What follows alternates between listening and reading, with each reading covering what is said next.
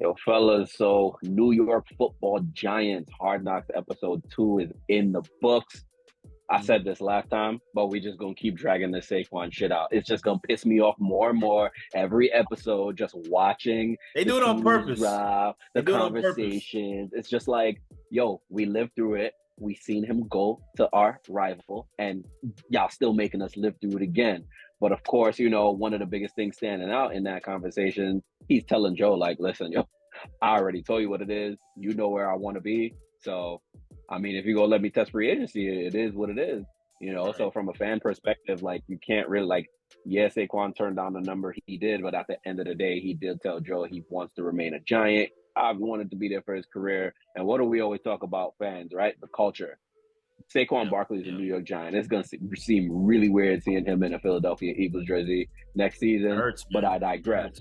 A couple other things to note in the episode, how these guys literally just gawk at, the draft combine, the 40-yard dash, like little things like that, like, a hundredth of a second can mean the world of a difference in where you go in the draft, and just seeing how these guys get prepped. And third thing, sitting in that interview room, when Dable said, what was that play called that I just that was fire. He lost me.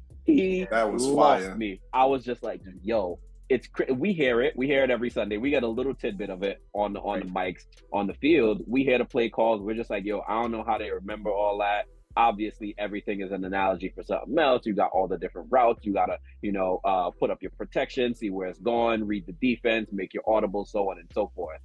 But on the fly, making those changes was incredible. And just to see, him just tell those college quarterbacks, like, yo, just draw me up your favorite play. Like, I don't care, like, regardless of the scenario, draw me up your favorite play.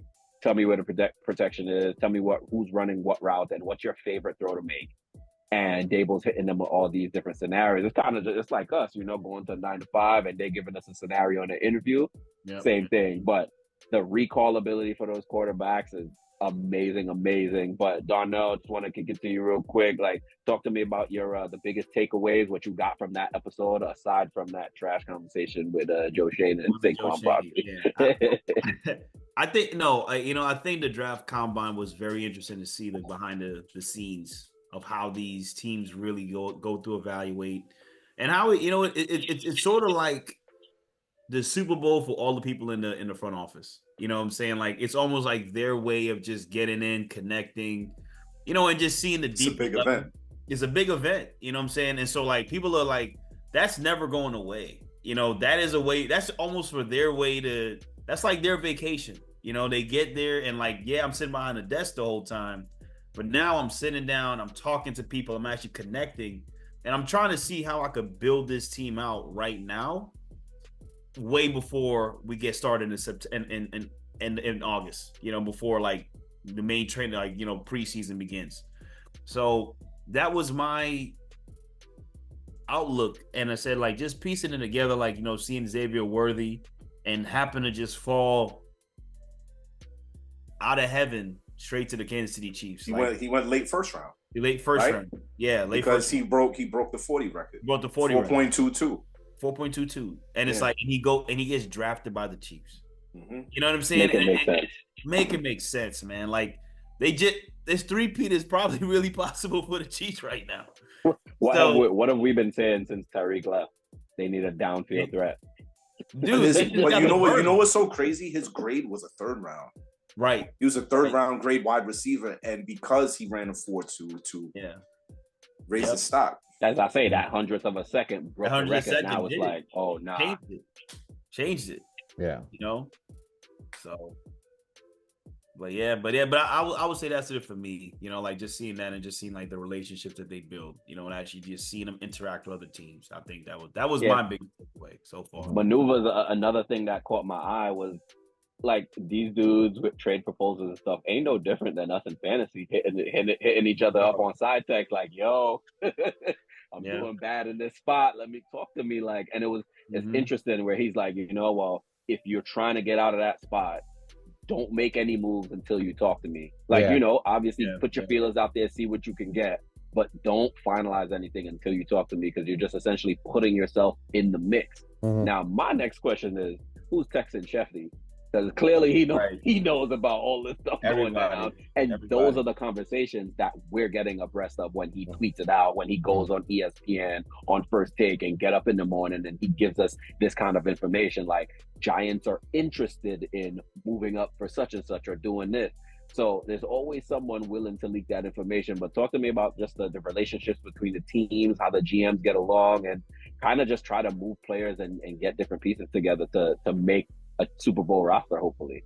Well, I think I'm glad this is a question you asked me, because this it actually is my biggest takeaway. My biggest takeaway is the relationships across the teams at every level in the NFL. So yeah, that's a really good example of him going over to New England and saying, "Hey, if you're trying to move off for 3, let me know."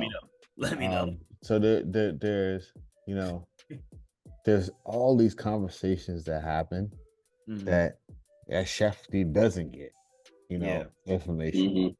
So I mean, looking at their interview with the players, like the Giants sitting down with Caleb Williams, and them asking him. Well, there's 2 things that I take away from their conversation with Caleb Williams. The first one is like it in my mind is like there's no way in the world the Giants are getting Caleb Williams at 6. Right.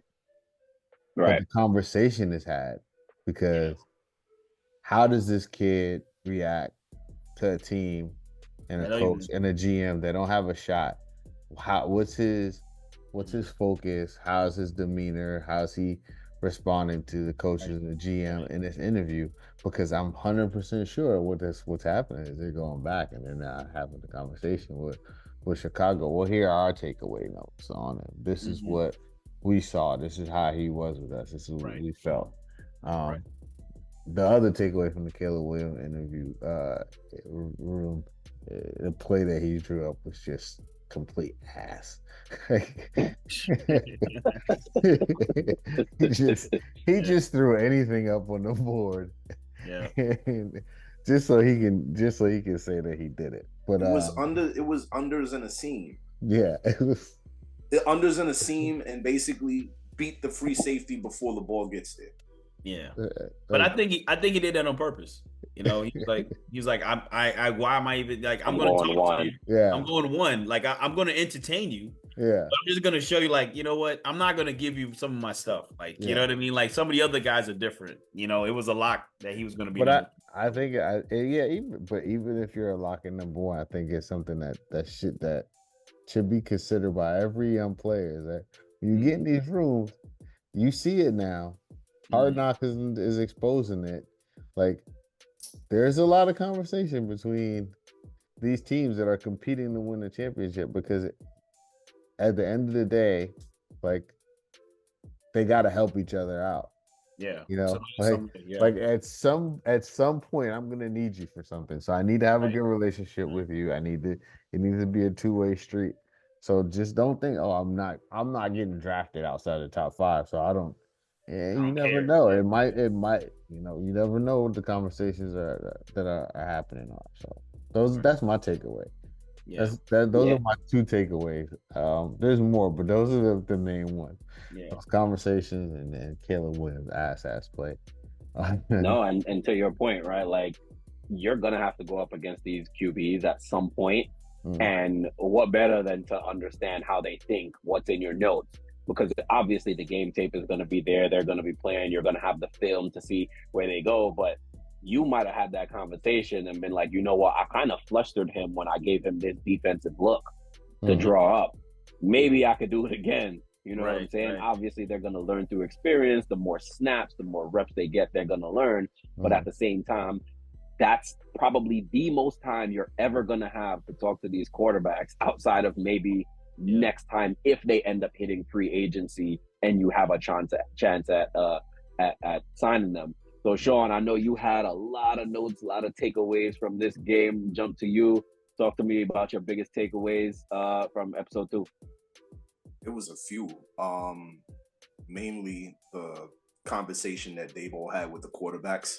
Like, not to, sound like a broken record. I know all three of us kind of touched on that, but the fact that Joe Schoen, it was like a chain reaction. After all of the conversations, Joe Schoen immediately went to New England about 3 for Drake May, because guess what? Brian Daboll fell in love with Drake May when he was having that conversation with him in the quarterback room. He was like, yeah, this kid speaks my language. He's got a big arm. I want him. And it unfortunately, in hindsight, did not work out that way. But it was the quarterback speak, right? Yeah. He goes to Jaden Daniels and he says, erase it. All right, draw up your favorite play. He's like, all right, this is the X, this is the Z, this is the Y. He's like, okay, erase the Z, make it the F. Put it in the F. Erase the X, make it the Z. Erase the W, make it the X. Erase the T, make it the H. You ready? Here go to play. Gun Charlie Wright 64 XN. And it's like, you know what I'm saying? But to Jaden Daniels' credit, he spat the playback out at him, and you got to see he kept saying FN. Yeah. But bro, that's my coach, bro.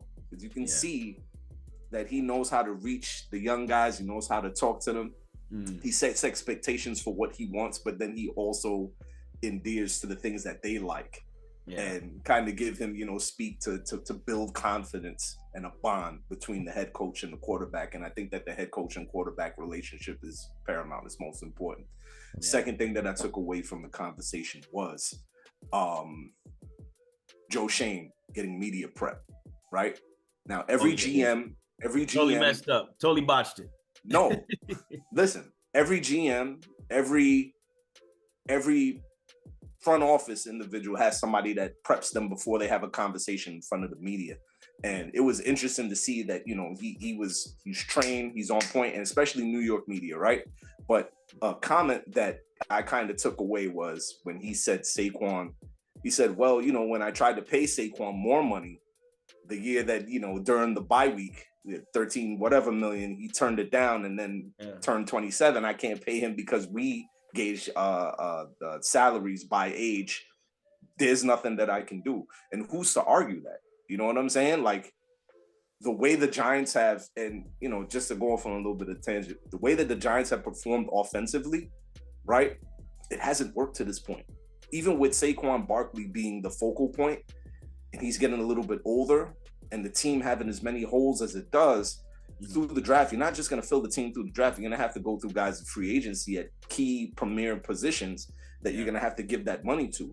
Although Saquon Barkley has been your cornerstone, has been your rock, has been your best offensive player. There's nothing that you can do as a GM. You have to go in another direction. You tapped out. You tapped out. And I understand his point, but then I also understand the flip side of it. Saquon was fed up when you heard him on the phone. He didn't want to talk to Joe Schoen. You could hear it in his voice. Yeah. You know what I mean? And his agent basically said to Joe Schoen, said Ed Berry, he said, look, dude, at night when you go home and you're in a room by yourself, you feel comfortable with this man walking out of the organization. You could tell Joe Schoen didn't even answer the question. Yeah, no comment. His arm, his hands were tied. You know what I'm saying? So it's like, yes, I want to re-sign Saquon Barkley, but I don't want to re-sign Saquon Barkley at the risk of not filling in key positions on my football team because of the salary cap and its manipulation and everything that comes with that. One last point that I want to make. Can I say something? Can we talk on this and then you can make that point because you got your point written down. I just want to say something real quick to that point you made about being hand tied. I was prepared. My fault. Listen, I'm gonna fly by the seat of my pants. Pause. But they got more salary cap than they expected. That was number one. And my other takeaway, I didn't want to take up too much time. My other takeaway was like when they broke it down that Daniel Jones is 20% of the salary cap. It's like, I hear what you're saying. Their points are valid, but like when you look at it through that lens, like you got more money than you expected, and you're paying a guy that like you're making all these arguments for Daniel Jones. You're not making any arguments for Saquon. That was how I viewed it. Wouldn't you do the same if you made that decision? You're gonna stand on business, right? If you made the decision to sign a quarterback at 2 years, $40 million, in hindsight, when you look at that contract, when you look at guys like Trevor Lawrence, who's making 55 to 56 million a season, we gotta see if he's right? him. You have to see what you're gonna get when you give that guy that kind of money. Mhm. I mean, you're going off of the performance that you've seen from previously that led to that contract in the first place. So when you're looking at Trevor Lawrence contract in hindsight, 2 years removed from Daniel Jones, is Daniel Jones kind of a discount? It is. You have to ask yourself. It is kind of a discount because of where quarterback money is going now. But I say all that to say is, I wish Hard Knocks was a year earlier because I would have loved to hear the conversation that made them justify sign him. Sign him at that dollar amount. Yeah. Well, I think that a big part of the reason why they signed him to that dollar amount is Saquon turning down the money that he did during the bye week. That's fair. I think that money would have definitely gone to Saquon and DJ would have got less. You know what I'm saying? But Saquon bet on himself and said, look, I'll see how toward the end of the season went. And after the bye, as we all know, his production decreased because of the amount of carries that he had previously during the season. Mm-hmm. And the way that the Giants quantify value and how they pay people, it's not necessarily how other teams do. Look at that. Just ask the Philadelphia Eagles. They just gave him a bag, right? They throw money to everybody. Yeah, they just gave him a bag. But I guess the point that I'm trying to make is that at that point, the value did not match what the Giants wanted to do. Do we agree with it? Not necessarily, but they have. It just gave me comfort in knowing that they had a plan when it came to that situation. Yeah. And I think we all agree. I'm going to say this and then you can go to your point. I think we all agree Saquon had a major hand in how it all played out as well. So yeah. He could have been better. He did. However, the last point that I want to make is, as much as it is fun to watch the Hard Knocks in the front office of the New York Giants, I kind of hate this shit because it's like everybody knows the modus operandi of Joe Schoen and the New York Giants and how we function now and what our thought process is and how we will approach player negotiations, how we'll approach the team personnel. That level of decision making is exposed, and it can work against you when dealing with other teams, and also with players that the Giants approaching free agents. But if that's the case, every team for the most part has had this happen. You know what I'm saying? Like at some point, it was just next man up. It's you. Every team has something's going to be. That's why they said, we are going to chop what you tell us to chop, and some things are going to go in. We're going to create theater here. That's the part of it. The football operation and how it works, outside of the Ravens, who are just top-notch from every facet, probably the best draft, probably one of the best well-run organizations in the NFL. They're all the same. You know what I'm saying? The Ravens, I don't know how they do it. They find a guy in the 7th round and he pops and becomes a Pro Bowler. But every team, it's not that difficult to see what it is. But to your point, not to steal your thunder, but to your point, the Ravens, let's talk about them. How they treated Lamar Jackson during his contract negotiation situation, where we're like, why they don't just pay this man? Mm-hmm. He was just 2 years removed from league MVP. Mm-hmm. Like, yeah, he went through an injury, but it's like, why is it taking so long for him to get his money? Right? Yeah. Key point in that is organizational. He did represent himself, though. Doesn't matter. Organizational philosophy played a huge role in him not getting what he wanted right away. Right? Yeah. Same thing with it, but whereas in contrast, I keep going back to this point because it's the most mind-blowing stuff you ever seen. Trevor Lawrence didn't take him long to get his bag, right? Mm-hmm. What has he shown you that quantifies his value as a fan, not as an organization? And that's the point that I'm trying to make.